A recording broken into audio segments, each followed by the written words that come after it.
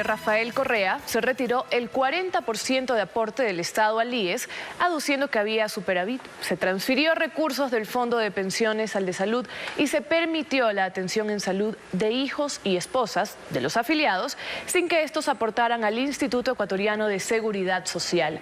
Lenin, así llegamos al planteamiento de una reforma profunda al seguro de pensiones del IES. Alejandra, vamos de inmediato a revisar varios aspectos de lo que se plantea en esta reforma con María Paz Jervis, presidenta de la Cámara de Industrias y Producción, además politóloga.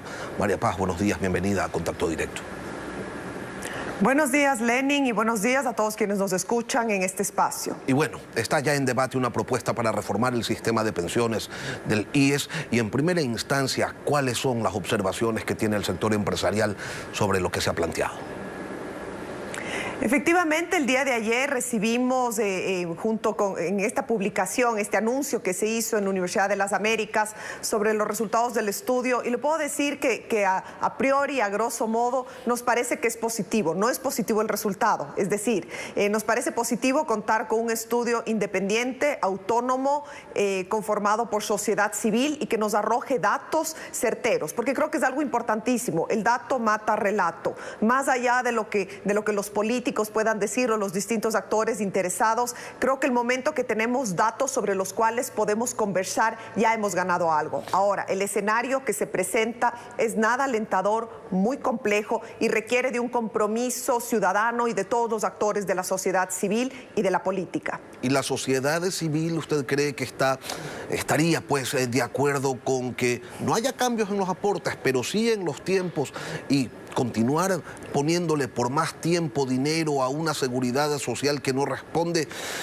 ¿Es un buen negocio? Yo creo que no es un buen negocio para nadie y creo que el punto que usted señala es fundamental. No puede ser que sigamos desde la sociedad civil dormidos, presos de estas narrativas políticas, de los discursos grandilocuentes de distintos actores, se echan la culpa unos a otros. Creo que tenemos una obligación porque estamos hablando de, esta es nuestra vida, esta es nuestra seguridad, esta es la vejez de nuestros padres, de nuestros abuelos, es nuestro futuro. Entonces creo que estamos obligados a asumir ese debate y enfrentar. Es más o menos guardando las distancias cuando hay un problema de economía doméstica, ¿no es cierto? Uno quisiera no mirar esas cuentas, no enfrentar, pero sabes que el hecho de no mirarlo, de no resolverlo, no implica que desaparece. Simplemente llegará la resolución de esta condición económica sin que tú tengas poco margen de acción. El momento que asumimos esto con responsabilidad y con franqueza, tenemos que nosotros tomar las decisiones. No podemos dejar que otros tomen las decisiones por nosotros. ¿Es entonces un mal necesario? ¿Es lo que hay que hacer? Porque en el otro lado está la quiebra de la seguridad social.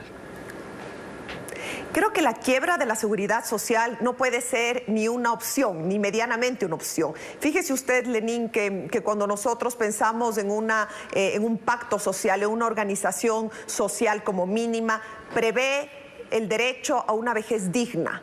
Esto es uno de los elementos que nos junta para vivir en comunidad. No podemos negarnos de eso. Por ejemplo, una de las tantas verdades que se mencionan y que es importante asumir es este elemento de que este 40% de aportes por parte del Estado, es decir, del gobierno de turno, como representante del Estado, que se ha dejado de pagar desde hace algunos años, sería la gran solución para que se equilibren las finanzas del IES. Y creo que un primer gran resultado que nos trae este estudio es que no es así. Es decir, efectivamente tiene que cumplirse con las cuotas, con las obligaciones adquiridas, pero los estudios que nos presentaban ayer este grupo interdisciplinario nos mostraban que aun cuando se cumpliera con estas obligaciones, esto le daría una vida útil al fondo de pensiones de más o menos 14 años. Ojo, y estos datos son tomados de un estudio de la OIT, de la Organización Internacional del Trabajo. En caso de que no se complete este 40% de aportes, la vida del fondo de pensiones llegaría máximo a 7 años. Esa es una realidad y creo que tenemos que empezar a hablar sobre hechos. ¿Y cómo llegamos a esto? Porque resulta que la crisis del IES no es algo que se forjó en una semana, ni en un año, ni en 5 años. Esto viene desde hace tiempo. Y lo que llama la atención es que el sector privado, los empleadores, estuvieron allí en los consejos directivos y no dijeron nada. Usted que llega desde hace no mucho a la representación gremial, ¿qué lectura tiene? ¿Cuál es la justificación, la razón de por qué no se dijo nada en tanto tiempo? Bueno, ahí le voy a decir, Lenin, que no es tan así. Y creo que nos resultaría mucho más fácil echar la culpa a 1, a 2, a 3. Yo creo que estamos obligados a ver esto en la totalidad, en el conjunto. En primer lugar, es la ausencia de gobernanza. Lo que hemos tenido en el Ecuador desde hace muchos años es sistemáticamente una desgobernanza del Fondo de Pensiones y del IES. Entonces, creo que eso es en primer lugar. En segundo lugar, hemos tenido una politización de la seguridad social. Eso es quizás lo más perverso. Hemos visto que se ha distorsionado el concepto de seguridad social para venderlo en época de elecciones, pensando qué es rentable, qué es clientelar, qué caramelitos doy. Y cuando digo caramelitos no estoy menospreciando los derechos son importantísimos, pero creo que es igualmente importante plantearnos cómo se financian los derechos. Y en tercer lugar, frente a la responsabilidad que puede o no tener el sector empresarial, ahí sí le digo una cosa, Lenin, en términos de gobernanza, la presencia que tiene el sector privado y el de empleadores y empleados dentro del IES es menor, es decir, sobre todo la gobernanza recae sobre el gobierno de turno. Entonces ese es uno de los tantos clamores que se ha pedido constantemente. Y fíjese usted también que en el caso del Ecuador es el único país donde coexisten dos sistemas de jubilación, la jubilación patronal y la jubilación de la seguridad social, en que el empleador aporta en las dos jubilaciones. Entonces yo creo que siendo justos, asumiendo responsabilidades como sociedad de enfrentar los debates incómodos, postergados, pero creo que no podemos echar la culpa a un sector solo, exclusivamente, específicamente, y también tenemos que dar el nombre a los políticos ausentes y poco serios con el manejo de la seguridad social. Sin duda, pero no podemos obviar tampoco cosas como que el representante de los empleadores estuvo 12 años en el cargo cuando la ley solo permitía que estuviera 4 y no hubo un solo empleador que reclamara. El empresariado, que además pone un montón de dinero en el IES, no dijo nada ante esa ni ante las otras, sino observaciones recurrentes que se daban a la norma. María Paz, ¿qué pasaba? ¿Estaban cómodos en el statu quo o es que abiertamente no les importaba lo que pasaba con el IES? Bajo ningún concepto. Sí importaba, sí hubo protestas, sí hubo malestar, seguramente no lo suficientemente eficientes. Eso yo creo que está claro, que el nivel de cooptación política de muchos espacios de la sociedad civil es evidente. Y también como ciudadanía tenemos que asumir el resultado de la calidad de políticos que tenemos. Yo particularmente, y sobre todo del sector al que represento, no estamos acostumbrados a echar la culpa al resto. Es decir, vamos como sociedad a asumir. Pero yo también le invito, Lenin, que miremos un poco hacia adelante y veamos qué pasa con esta propuesta, porque a mí, le soy sincera, me ha generado absoluto impacto que en las horas de la tarde de ayer, cuando todos intentamos procesar, analizar con serenidad este estudio, ya escuchábamos, ya veíamos comunicados de prensa, voces que decían que estamos en contra. Y yo creo que ahí es donde tenemos que ser mucho más serios los ecuatorianos y ecuatorianas, y no basta con estar a favor o en contra. Creo que primero tenemos que tomarnos unos días para digerir y para analizar técnicamente qué es lo que estamos haciendo en el sector empresarial. En segundo lugar, creo que tenemos que, si estamos en contra o creemos que algo se puede mejorar, venir con propuestas. Aquí esto no es una tarima. Y en tercer lugar, creo que debemos exigir a quienes aspiran llegar a gobernarnos, tanto a nivel de presidencia nacional, pero de Asamblea Nacional también, que a veces lo olvidamos, que se sienten y que dialoguen con firmeza, con frontalidad y con seriedad frente a las propuestas. Y si me permite, de lo que nosotros ya hemos leído y hemos escuchado en la presentación pública, hay algunos temas que tenemos que dejar claro. El estudio que se ha presentado por el Grupo Interdisciplinar Independiente no plantea subir la edad de jubilación, no plantea la privatización del IES, no plantea incrementar el porcentaje de aportaciones a los empleadores. Entonces yo creo que al menos tener estos elementos claros es importante para que empecemos con seriedad a asumir el debate y no nos quedemos en los dimes y diretes, en las posturas contrarias que son los neoliberales, que son los afines al gobierno. María Paz, yo creo que eso no es sano. Pero, ¿qué cambio sirve a una institución quebrada si mañana llega un gobierno y hace o sigue haciendo de los recursos de los afiliados, de los recursos de los empleadores, caja chica, si genera nuevas prestaciones sin tener sustentos económicos? O sea, hay todo un círculo no precisamente virtuoso que se repite de tiempo en tiempo y no permite que esta institución se vuelva sólida. Ninguno.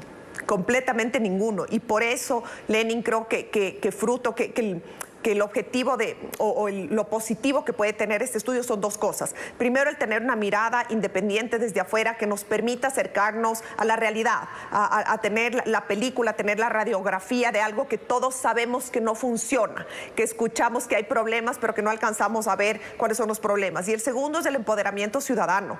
El Fondo de Seguridad Social es nuestro, es fruto de nuestros aportes, de los aportes de nuestros empleadores. Esto es nuestro y no podemos permitir, como usted bien señala, que los gobiernos de turno lo malmanejen y lo distorsionen como una más de la mercancía del trance político. También creo que es importante, si me permite... Hay que blindar entonces al IES, se lo pregunto, María Paz, ustedes que hoy el empresariado tiene una visión distinta, ¿lo va a proponer, lo va a plantear para que no quede solamente en la reforma puntual para darle sostenibilidad financiera?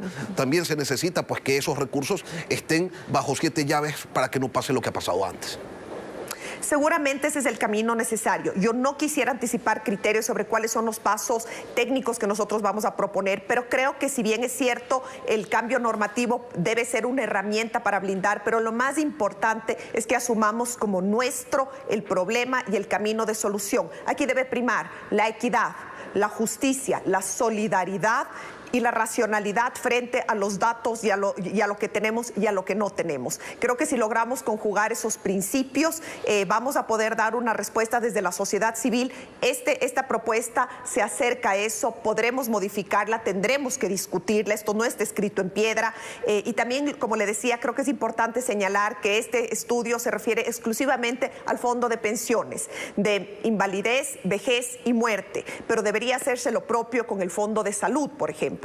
Entonces yo creo que tenemos muchos temas que enfrentar, tenemos también que saber que coexisten sistemas de seguridad social como son los regímenes especiales de ISFA, de ISPOL, pero de todas formas este es el inicio de un debate postergado, relevante e indispensable para la sociedad ecuatoriana. ¿Qué le diría usted hoy a aquella persona que ha venido aportando durante muchos años a la seguridad social, que ha recibido pocos o quizás ningún beneficio de ella y de repente le llega la noticia que señala, ¿sabes qué? Para poder jubilarte ahora vas a tener que aportar durante más años? Y esa persona evidentemente se siente indignada, decepcionada. Dice, más plata para esa entidad de la que no recibo nada. ¿Qué le diría usted? En primer lugar, le diría que me siento igual de indignada, igual de decepcionada, pero igual de comprometida, como estoy segura que se siente esa persona. Porque los ecuatorianos y ecuatorianas mayoritariamente somos gente solidaria, gente comprometida con el país.